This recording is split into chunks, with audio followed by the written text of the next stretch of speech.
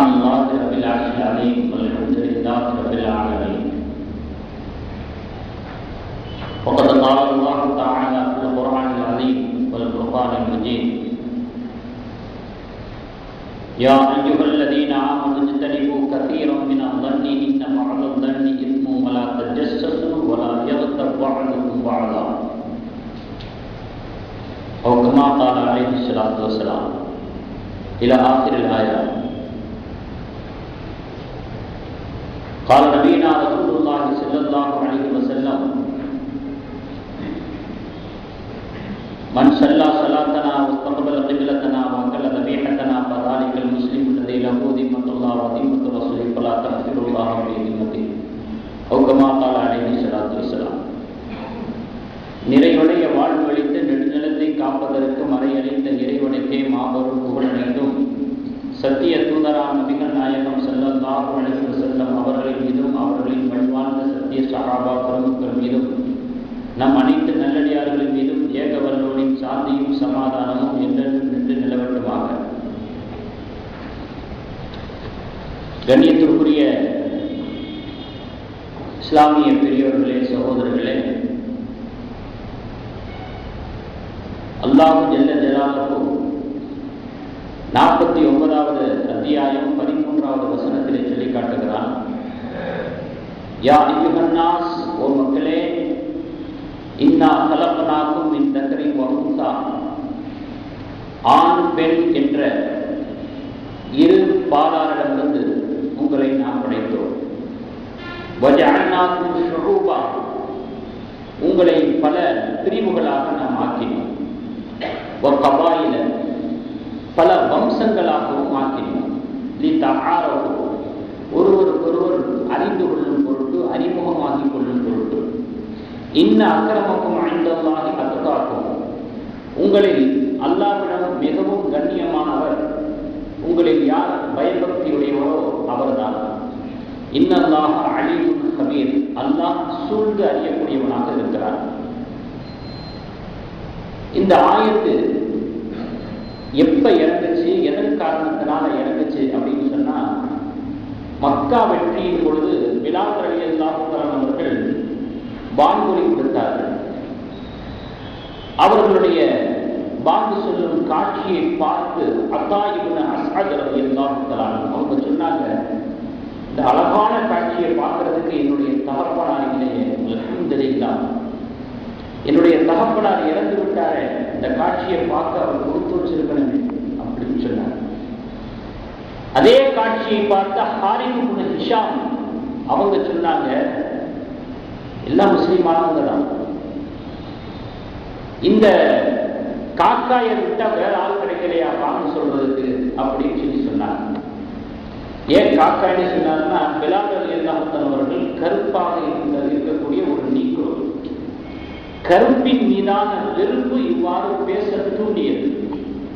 உடனே அல்லாஹ் இந்த ஆயத்தை இறக்கி வைத்துவிட்டு, உங்களுடைய ஆதி நபரை பாருங்கள், நீங்கள் வந்த மூலத்தை பாருங்கள், எல்லாம் ஒரே ஆண் பெண்ணிலிருந்து வந்தவர்கள் தான் என்று சொல்லி ஏற்றத்தாழ்வு பார்க்கக்கூடாது, பாகுபாடு பார்க்கக்கூடாது, ஆண் பெண் என்ற உறவு மட்டுமே பாருங்க, மற்றதெல்லாம் பார்க்க வேண்டிய அவசியம் இல்லை. அல்லாஹ்வுடைய பரீட்சையில பயபக்தி மட்டும்தான் பாடம்.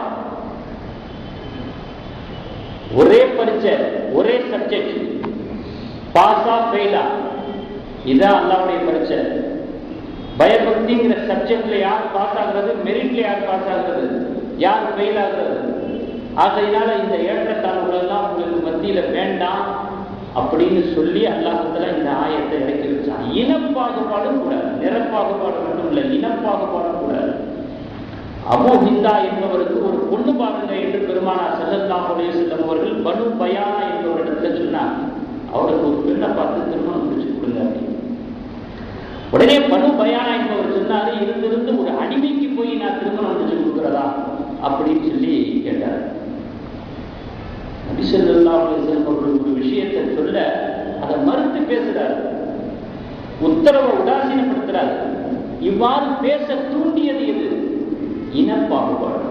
அவர் அடிமை, அவருக்கு நான் பணிவிட செய்யறதா, அவருக்கு நான் உதவி பண்றதா, நிறப்பாகுபாடு அப்படி பேசுறதுனால எல்லாம் ஆயத்தை இறக்கலாம். இங்க பாத்தீங்கன்னா இனப்பாகுபாடு, இதுல எதுவுமே கூடாது என்பதுதான் இஸ்லாத்தினுடைய நிலைப்பாடு. அப்படிங்கிறத நம்ம தெரிஞ்சுக்கிறோம். மற்றவங்களை குறைவாக மதிக்கிறது, இவனுக்கு இந்த மதிப்பு போதும், பிறரை குறைவாக மதிப்பது, பிறரை குறைவாக பேசுவது, புறம் பேசுவது, இவைகளெல்லாம் மார்க்கத்திலே தடுக்கப்பட்ட, தடை செய்யப்பட்ட விஷயம். எந்த ஸ்தானத்துல வச்சு இஸ்லாம் பார்க்குதுன்னு சொன்னா, மனித தசைகளை சாப்பிடுபவர்கள். மேராஜில சிலர் அவர்களுடைய நெகங்களோ பித்தளையை கொண்டிருக்கிறது. பித்தளையால் ஆன நகங்களை கொண்டு தங்களுடைய நெஞ்சங்களை கீறிக் கொண்டிருக்கிறார்கள், முகங்களை கீறிக் கொண்டிருக்கிறார்கள். இவர்கள் யார் என்று வினவப்பட்ட போது ஜிப்ரீல் அலைஹிஸ்ஸலாத்து வஸலாம் அவர்கள் சொன்ன பதில், வாழ்ந்து கொண்டிருக்கக்கூடிய காலத்திலே பிறருடைய தசைகளை தின்று வாழ்ந்தவர்கள், வளர்ந்தவர்கள் என்பதாக சொன்னார்.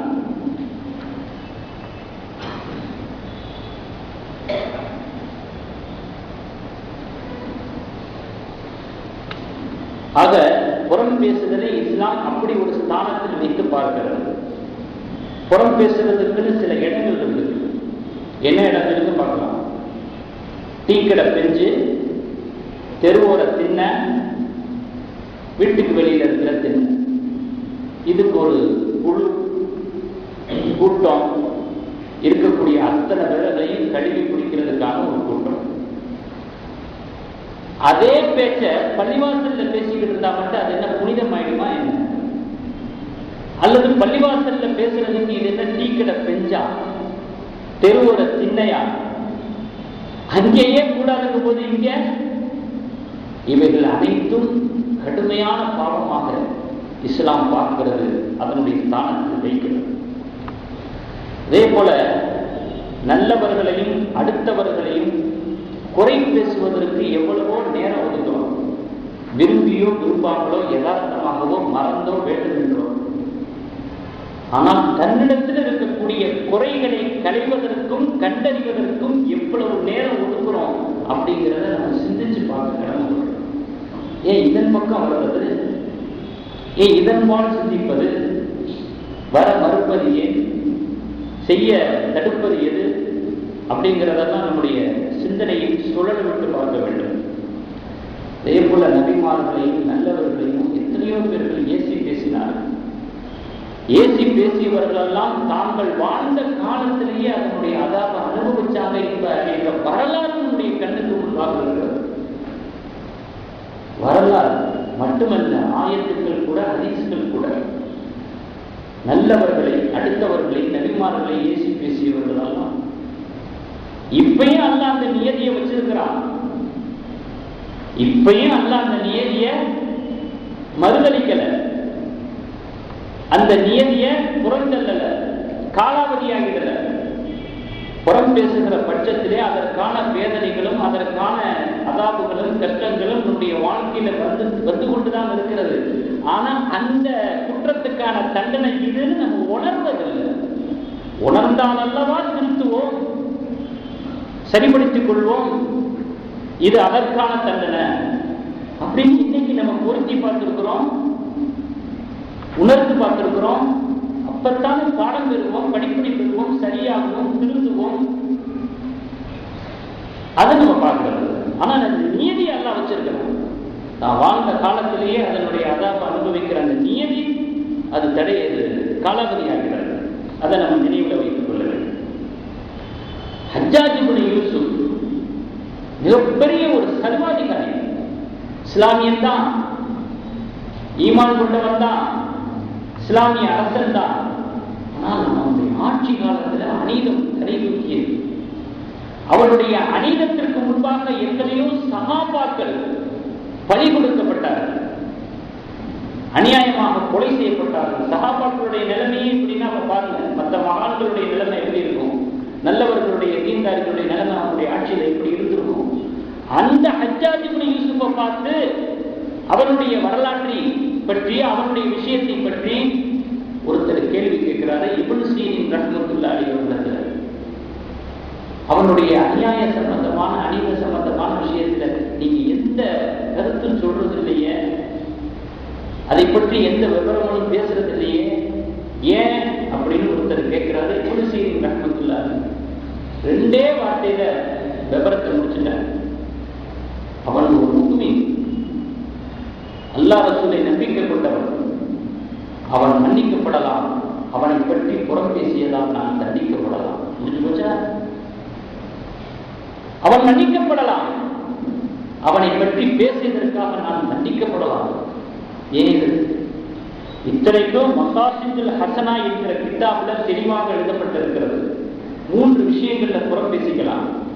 ஒன்று, அக்கிரமம் செய்யக்கூடிய அரசனை பற்றிய தவறுகளை சுட்டிக்காட்டி பேசிக்கலாம். அரசாங்கமே தப்பு பண்ணது பண்ணலையா என்ன? நம்முடைய காலத்திலேயே பார்க்கலையா என்ன?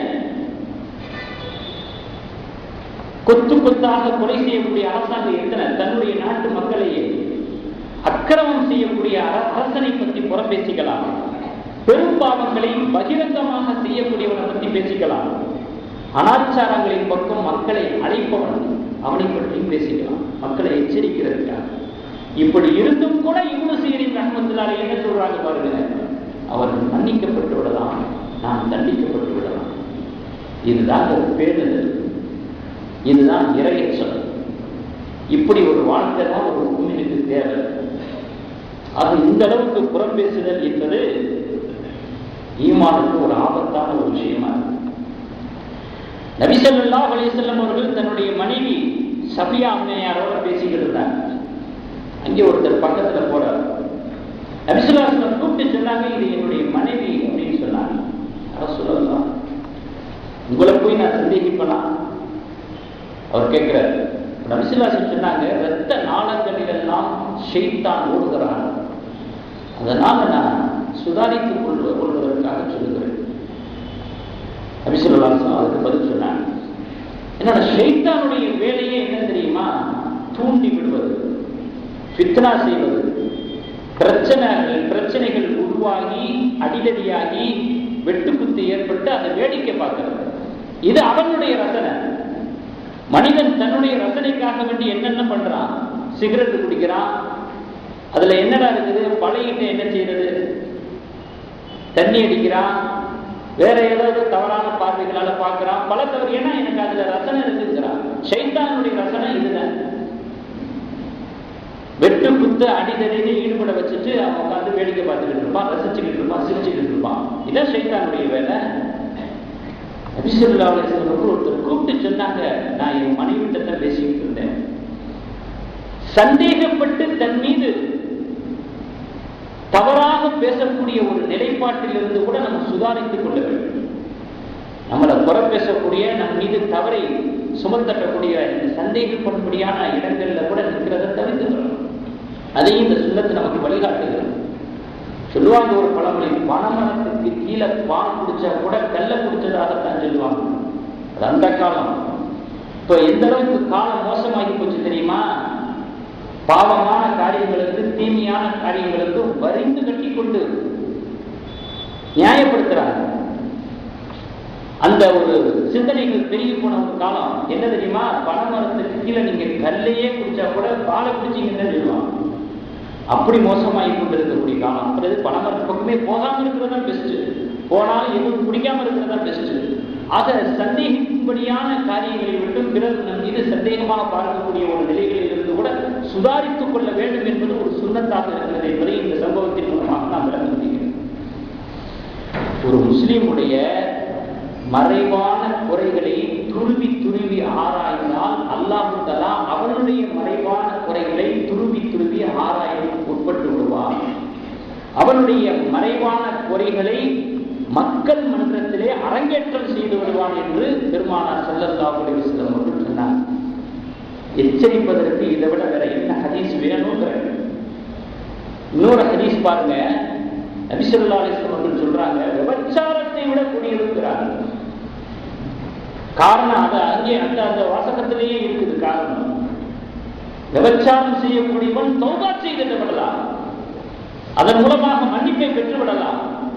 நாம் யாரை பற்றி புறம் பேசினோமோ அவர் மன்னிக்காதவரை அல்லாஹ் மன்னிக்க மாட்டார். இது எவ்வளவு சிக்கலான கேஸ் பாருங்க, டிஃபிகல்ட்டான கேஸ் பாருங்க. இதுல இருந்து எப்படி ரிலீஸ் ஆகுது? யாரை பத்தி பேசணுமோ அவர் எங்கே இருக்கிறாரு, அவரை சந்திக்கக்கூடிய வாய்ப்பு மீண்டும் எப்ப ஏற்படுமோ, அவருடைய தொடர்பு இன்னும் இருக்குதா இல்லையா, விமோசனம் எங்கே போய் முட்டிக்கிட்டு நம்ம தேடுறது. விபச்சாரத்தை விட கூடியது என்று சொன்ன வாசகத்துல உண்மை இல்லாமையா போயிடும். ஹதீஸ் இப்படியும் இருக்கிறது.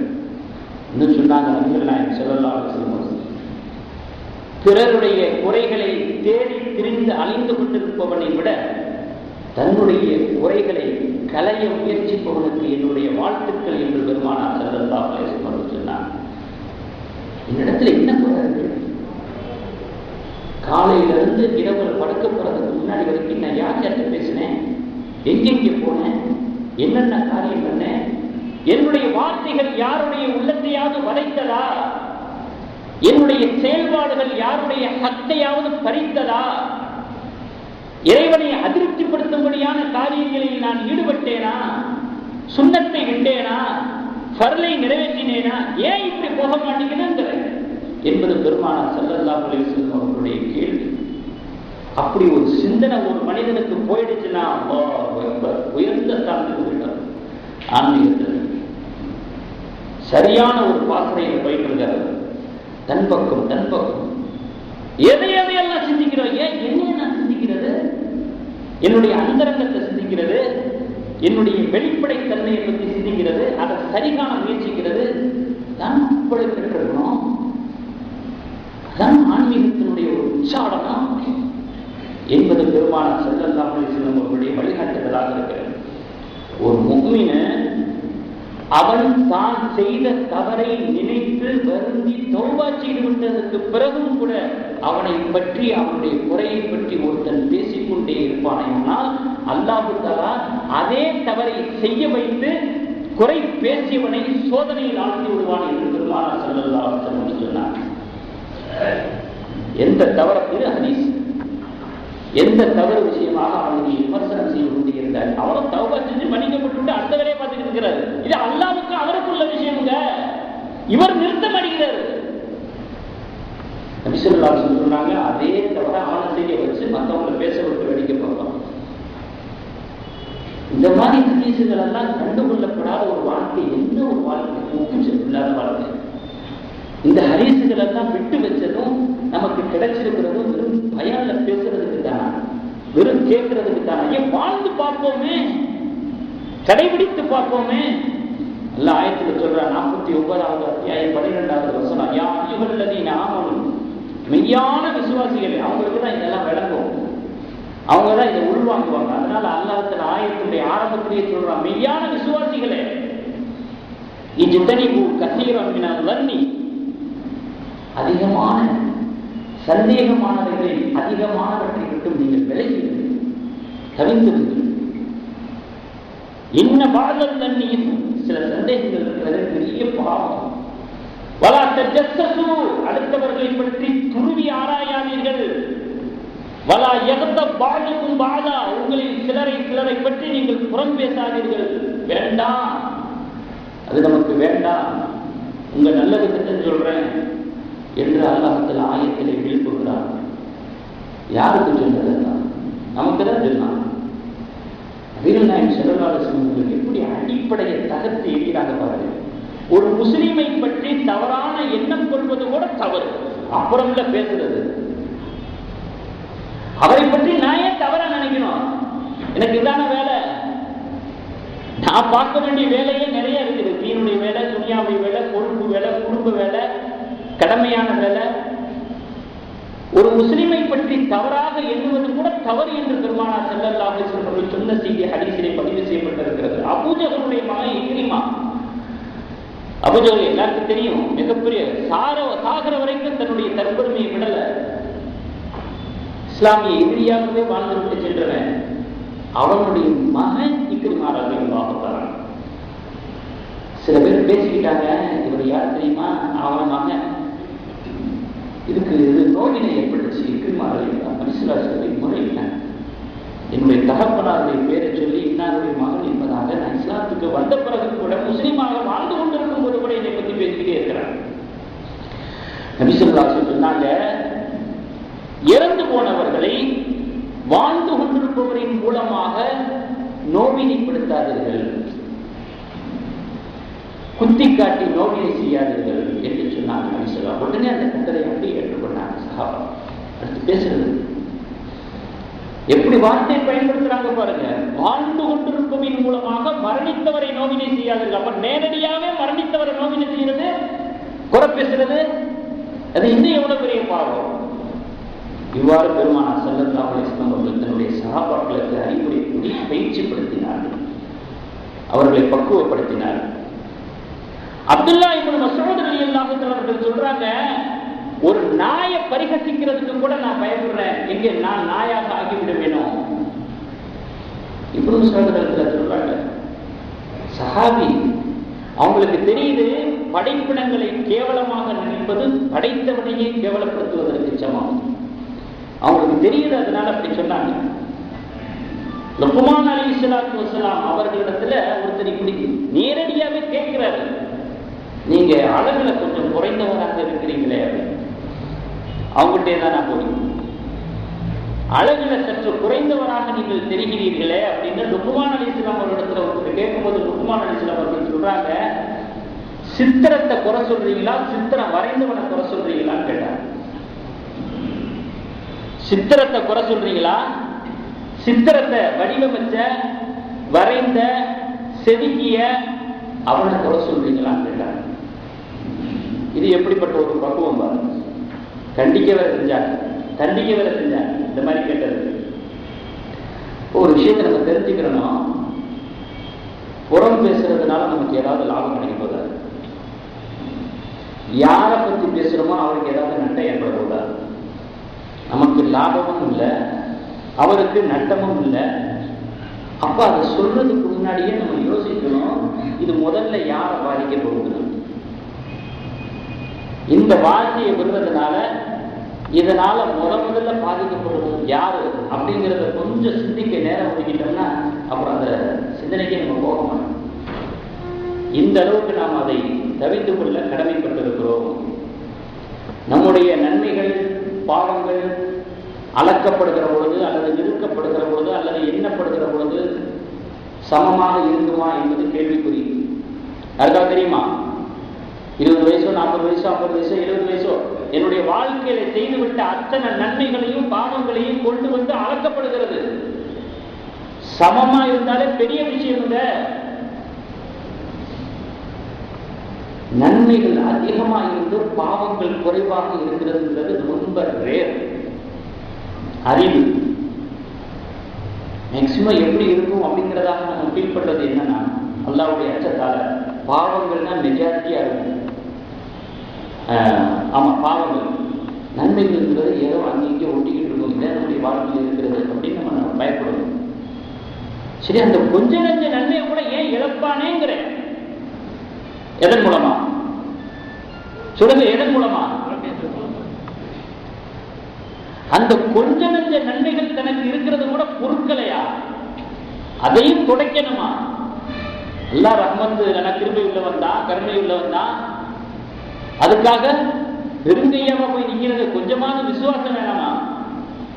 நம்மளை படைச்சதுக்கும் நம்மளை பிறக்க வச்சதுக்கும் கண்ணியம் அளிச்சதுக்கும் உணவளிச்சதுக்கும் பாதுகாப்பதற்கும் பரிபாலிச்சதுக்கும் இருக்கிறதையும் துடைச்சுக்கிட்டு போகணுமா? மறுமையில போய் நிக்கணுமா? அதான் யாரும் உள்ளது நாமும் மெய்யான விசுவாசிகளை அப்படின்னு சொல்லி இந்த சப்ஜெக்டை இப்படி ஆரம்பிக்கிறாங்க. அதனால செல்ஃப் கண்ட்ரோல் வேணும். வார்த்தைகளுடைய விஷயத்துல, நாவுடைய விஷயத்துல செல்ஃப் கண்ட்ரோல் வேணும். அந்த செல்ஃப் கண்ட்ரோல் வேணும்னு சொன்னா ஈமான் வந்து உரமா இருக்கணும், உறுதியா இருக்கணும். அதனால தான் அந்த இந்த ஆயத்தினுடைய ஆரம்பத்துல மெய்யான விசுவாசிகளே, போலியான ஈமான் அல்லாஹ்வுக்கு தேவையில்லை. அல்லாஹ்வுக்கு குவாலிட்டியா இருக்கணும். நம்ம விரும்புறதெல்லாம் குவாலிட்டி தானே. இப்ப அல்லாஹ்விடத்துல கொடுக்கறத பண்ணி என் டூப்ளிகேட்டா கொடுக்கணும், அதைத்தான் அல்லாஹ் விரும்புறான். அந்த குவாலிட்டி வந்துருச்சுன்னு சொன்னா செல்ஃப் கண்ட்ரோல் தன்னால வந்துடும். எல்லா விஷயத்திலையும் செல்ஃப் கண்ட்ரோல் வர்றதுக்காக வேண்டிதான் நன்மைகளை தூண்டுகிற விஷயத்துல, தீமைகள் இருந்து தவிர்த்துக்கிற விஷயத்துல இந்த செல்ஃப் கண்ட்ரோல் வரணுங்கிறதுக்காக வேண்டித்தான் ஈமானை பத்தி குர்ஆன்ல அதிகமா பேசப்படுது. ஹதீஸ்கள்ல அதிகமா பேசப்படுது. அதனுடைய சப்ஜெக்ட்ல ஏராளமான ஹதீஸ்கள். அது இருந்தோம் அப்படின்னு சொன்னா நம்ம மனசு அறிய எந்த தவறும் செய்ய மாட்டோம். இல்ல பெரிய வேடிக்கை தெரியுமா? ஷைத்தான் ஏமாத்துற வேலையை பாருங்க. ஷரியத்தினுடைய பெயராலேயே மனிதர்களிடத்துல விளையாடுறான், தவறு செய்ய வைக்கிறான். இஸ்லாமியர்கள்ல 2 அணியா போய் போலீஸ் ஸ்டேஷன்ல நிற்கிறாங்க. போலீஸ் ஸ்டேஷன்ல போய் நிற்கிறாங்க. நான் அக்கம் பக்கத்துல மொஹல்லாவில் நடக்கிற விஷயங்கள் எல்லாம் இன்னைக்கு காலையில் தான் கேள்விப்பட்டேன். ரொம்ப வருத்தமான செய்தி. ஒரு 3 மாசத்துக்கு முன்னாடி 4 மாசத்துக்கு முன்னாடி நடந்ததெல்லாம்.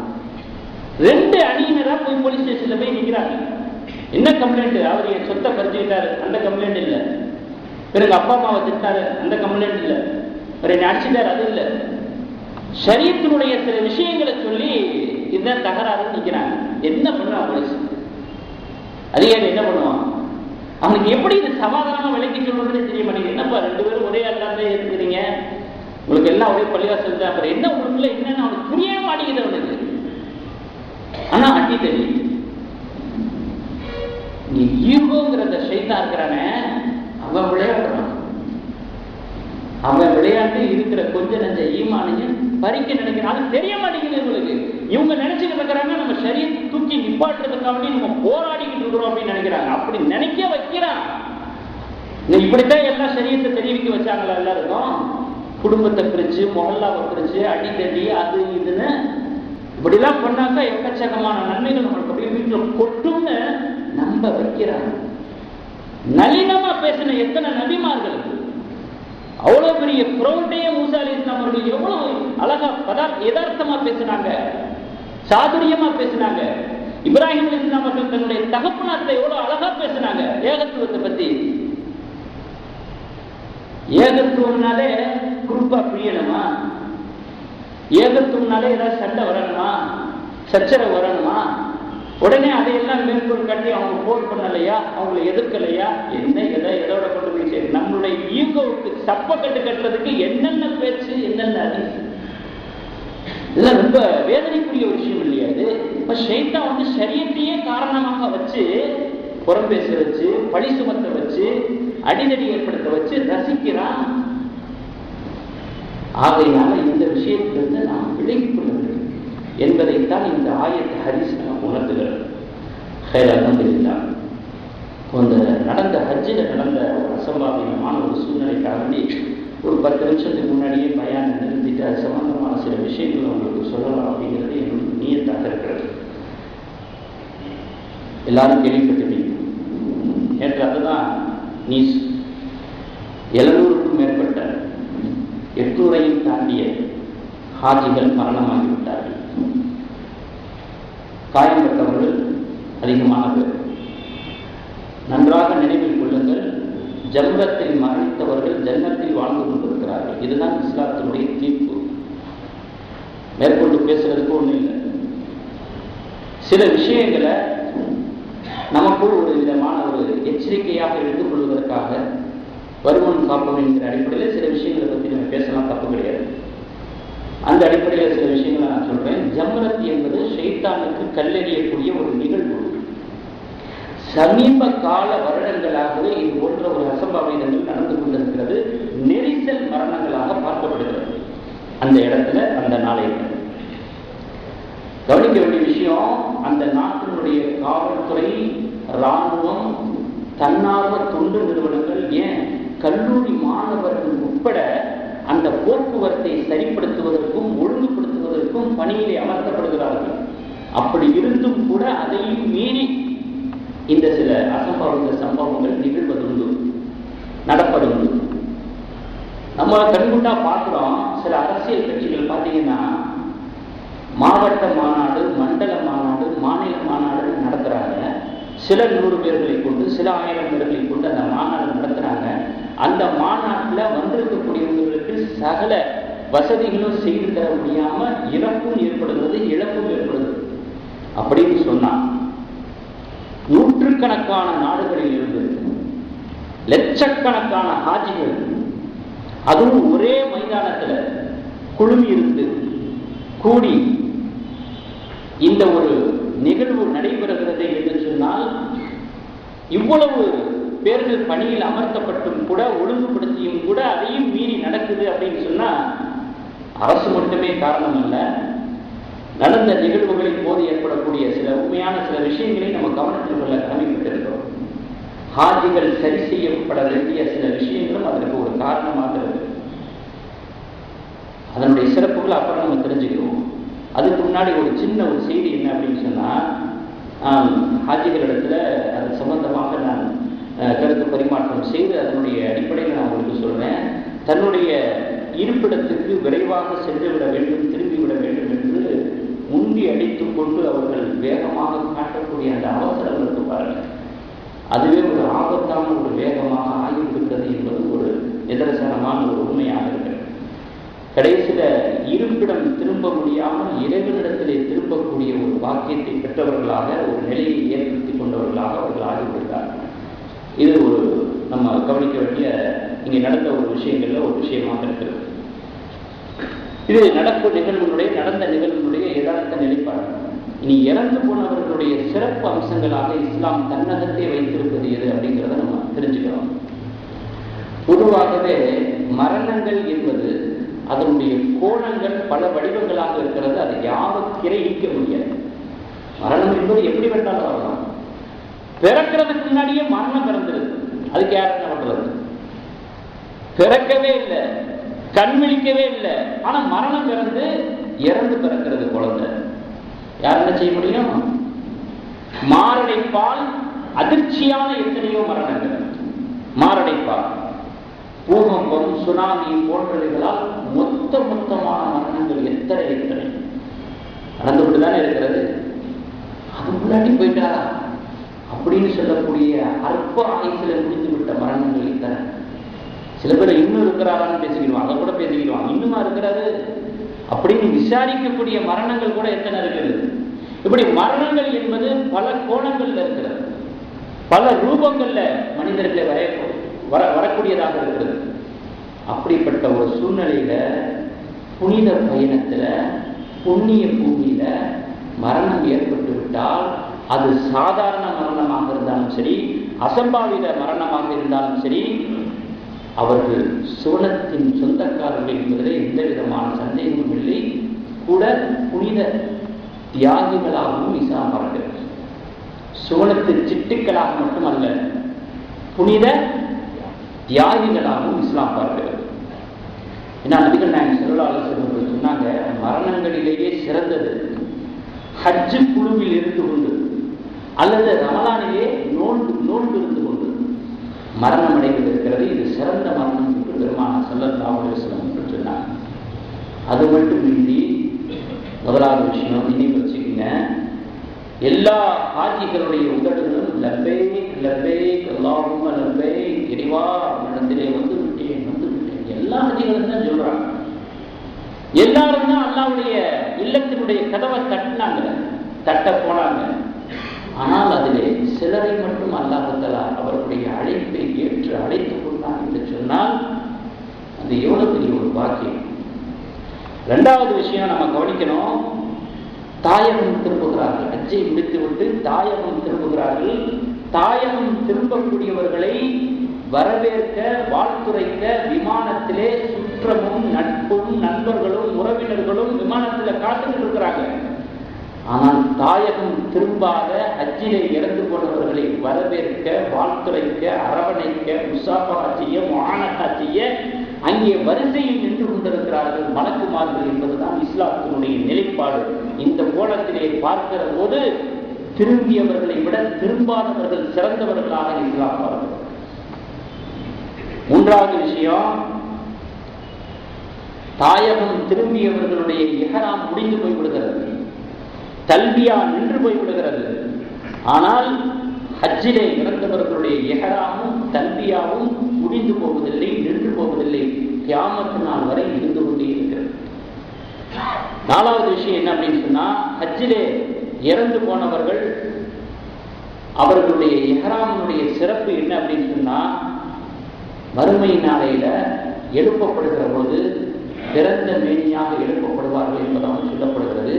காலணி கூட இல்லாமல், ஆடை இல்லாமல் பிறந்த மேனியாக எழுப்பப்படுகிற பொழுது நபிகள் நாயகம் ஸல்லல்லாஹு அலைஹி வஸல்லம் அவர்கள் சொன்னாங்க, ஜிஹாதில் கலந்து கொண்டு, அதாவது சத்தியத்தை நிலைநாட்டுவதற்காக, சமாதான அமைதியை நிலைநாட்டுவதற்காக தன்னுடைய உயிரையே அர்ப்பணிக்கிறாங்க பாருங்க.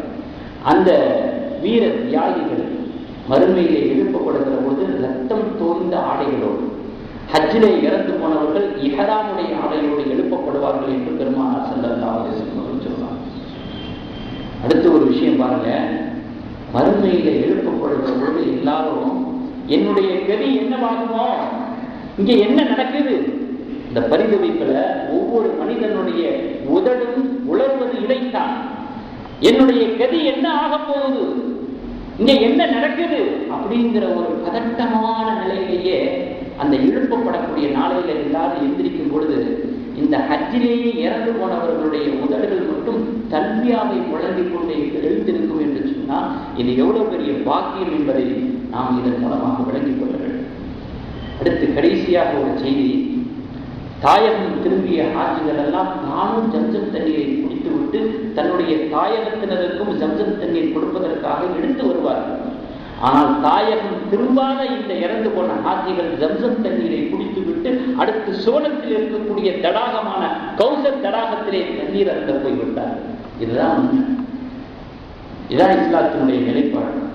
அவர்களை பற்றிய கருத்து, அவர்களை பற்றிய விஷயங்கள் இஸ்லாத்தில் இருந்தார். அது எவ்வளவு பெரிய ஒரு வாக்கு. அல்லாஹ் ஒரு ஆயத்தில் சொல்றான், 4வது அத்தியாயம் 100வது வசனத்துல, வமன் யஹ்ருஜு மின் பைத்திஹி முஹாஜிரன் இலல்லாஹி வ ரசூலிஹி, யார் தன்னுடைய இல்லத்திலிருந்து அல்லாஹ்வுக்காக, அல்லாஹ்வுடைய ரசூலுக்காக, அவ்விருவரின் பக்கமாக புனித பயணம் மேற்கொண்டு சும்மா எந்திரிக்ககுல் மௌத்து, செல்லும் வழியிலேயே உயிர் பிரிந்து விட்டார், ஃபகத் வகஅ அஜ்ருஹு அலல்லாஹ், அவர்களுடைய நற்கூலி அல்லாஹ்விடத்திலே உறுதி செய்யப்பட்டு விட்டது. வகான அல்லாஹு கஃபூரர் ரஹீமா, அல்லாஹ் மன்னிப்பவனாக கருணை உள்ளம் கொண்டவனாக இருக்கிறான் என்று அல்லாஹ் இந்த ஆயத்தை சொல்லி காட்டுகிறான். இந்த ஆயத்துக்கு விளக்க உரை எழுதக்கூடிய திருமறை விரிவுரை ஆசிரியர் இமாம் கஷாப் ரஹ்மத்துல்லாஹி அவர்கள் சொல்றாங்க, இந்த ஆயத்தினுடைய அடிப்படையில மார்க்க கல்வியை கற்பதற்காக மார்க்கத்தை தேடி செல்லக்கூடிய கல்வி பயணம், ஹஜ்ஜு பயணம், சமாதான அமைதியை ஏற்படுத்தக்கூடிய சத்திய பயணம், நன்மைகளை அதிகரிக்க செய்வதற்காக, தீமைகளை தவிர்க்க செய்வதற்காக புறப்படக்கூடிய பயணம், இவைகள் எல்லாமே இந்த ஆயத்திலே அடக்கக்கூடியதாக, அலையவடையக்கூடியதாக இருக்கிறது. இவர்கள் அனைவர்களுக்குமே இந்த ஆயத்தினுடைய உத்தரவாதம் பொருந்தும் என்பதாக இமாம் கஷாப் ரஹ்மத்துல்லாஹி அலைஹி சொல்றார். ஆகையினாலே ஹஜ்ஜினுடைய கடமைகளை முடிப்பதற்கு முன்பாக இருந்தாலும் சரி, பின்பாக இருந்தாலும் சரி, போற வழியில இருந்தாலும் சரி, போயிட்டு விட்டு வர்ற வழியில இருந்தாலும் சரி, அவர்கள் அனைவர்களுக்குமே இந்த ஆயத்தினுடைய அடிப்படையிலே சிறந்த நற்கூலி ஊர்ஜிதம் செய்யப்படுகிறது, உறுதி செய்யப்படுகிறது, மிகப்பெரிய ஒரு வாக்கியமாக பார்க்கப்படுகிறது. அவர்களுக்காக வேண்டி நாம் துவா செய்ய கடமைப்பட்டிருக்கிறோம். அவர்கள் எவ்வளவு புனிதவான்கள் அப்படிங்கிறதுக்கு அங்கீக வேற எதுவும் வேண்டாம், நம்ம நடைமுறை நிகழ்வுகளையே பார்க்கலாம்.